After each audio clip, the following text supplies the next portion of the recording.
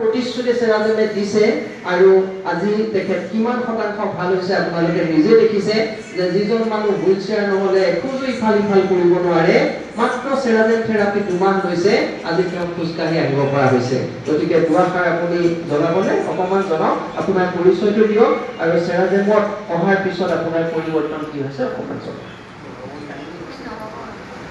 hello' guys মোৰ নাম শ্ৰী বিকাশ বড়ো মই কাৰ্বি আংলং ডিষ্ট্ৰিক্টৰ পৰা আহিছোঁ মই যোৱা 2020 চনৰ 27 এপ্ৰিল দিনাখন মোৰ এক্সিডেণ্ট এটা হৈছিলে আমাৰ ঘৰৰ ওচৰতে তাৰপিছত লগে লগে মোক পিছদিনাখন ব্ৰেইন এৰিয়া গেট হস্পিটেলত তাতে মোৰ ডিঙি অপাৰেশ্যনটো হ'ল অপাৰেশ্যন হোৱা ইয়াতে 21 দিন 4 দিন আছিল তাৰপিছত ঘৰত গ'লোঁ ঘৰত গৈ থাকিলোঁ তেনেকুৱাই তাৰপিছত মোৰ কেইবাটাও সমস্যা আহিছিলে মানে 1 নম্বৰ সমস্যা হ'ল কি মোৰ এই কাণৰ ফালে তেজ আৰু কোচ ওলাই আছিলে ঘৰত বিষ হৈ আছিলে ইয়াত অহাৰ 15-20 দিনমানৰ আগৰ পৰা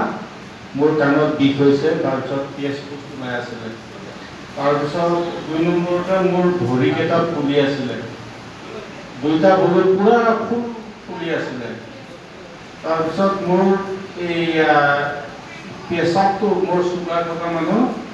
পেচাবটো মোৰ মানে ৰঙা গোটেই মানে ফেনযুক্ত আৰু বহুত গোন্ধাই মোৰ পেচাবটো তেনেকুৱা ধৰণৰ আছিলে 580 লৈকে মোৰ মানে হেৰি গৈছিলে চুগাৰটো গতিকে পেচাবটো তেনেকুৱা কণ্ডিশ্যন হৈ গৈছিলে তাৰপিছত মোৰ মানে এই কিডনিৰ চাইডত এটা পেইন অনুভৱ হৈ আছিলে এতিয়া এই থেৰাপিটো লোৱাৰ পিছত 10 দিন মানৰ পিছতে মোৰ এই কাণৰ যিটো নেকি বিষ তেজ কোচ ওলোৱাটো মোৰ বন্ধ হৈ গ'ল তাৰপিছত মোৰ এই ভৰি ফুলাটো 10 দিন 12 দিনমান লোৱাৰ পিছত মোৰ ভৰি ফুলাটো আস্তে আস্তে কমি যাব ল'লে তাৰপিছত মোৰ পেচাবটো পৰিষ্কাৰ হ'ব ল'লে আৰু লগতে গোন্ধটোও নাইকিয়া হৈ গ'ল কিডনি চাইডত যিটো মোৰ পেইন অনুভৱ হৈ আছিলে সেই পেইনটো আৰু এতিয়া নাই গতিকে মই এটা ট্ৰিটমেণ্টৰ কাৰণে আহিছিলোঁ এই চেৰাজিন চেণ্টাৰত যে মই খোজকাঢ়িব পাৰোঁ নেকি কিন্তু ইয়াৰ লগতে যে ইমানকেইটা প্ৰব্লেম যে মোৰ যে চল্ভ হ'ব মই ভবা নাছিলোঁ হয় ঘৰত আগতে লেট্ৰিনটো 4 দিনৰ মূৰত এবাৰ হয় তাৰপিছত এই লেট্ৰিনটো 4 দিনৰ মূৰত এবাৰ হয় গোটেই পানী পায়খানা হয় একেইটো মোৰ 5 মাহ 6 মাহমান ধৰি মোৰ তেনেকৈ মানে ভুগি আছিলোঁ তাৰপিছত ইয়াত আহি মই অহাৰ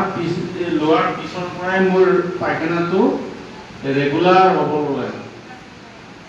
এতিয়া ক্লিয়াৰ হয় সেইটো কাৰণে মই মোক প্ৰথমৰ পৰা দেখা মানুহখিনিয়ে কৈ চেহেৰাটো বোলে আহোঁতে বোলে বহুত ক'লা একদম বেয়া হৈ আছে এতিয়া চবে কয় এতিয়া উজ্জ্বল হৈ গৈছে বুলি কয় চবে কয় আৰু গতিকে মোৰ ইয়াত থেৰাপি চেৰাজিমত আহি মই এইখিনি ৰিজাল্টটো পালোঁ খোজকাঢ়িব পাৰিছোঁ মই এতিয়া মই নজনা কৰি 2 নল 3 নলমান মই আস্তে আস্তে খোজকাঢ়িব পাৰোঁ কিন্তু এতিয়া কৰা নাই আৰু 3 বছৰ ধৰি মই খোজকাঢ়িব পৰা নাছিলোঁ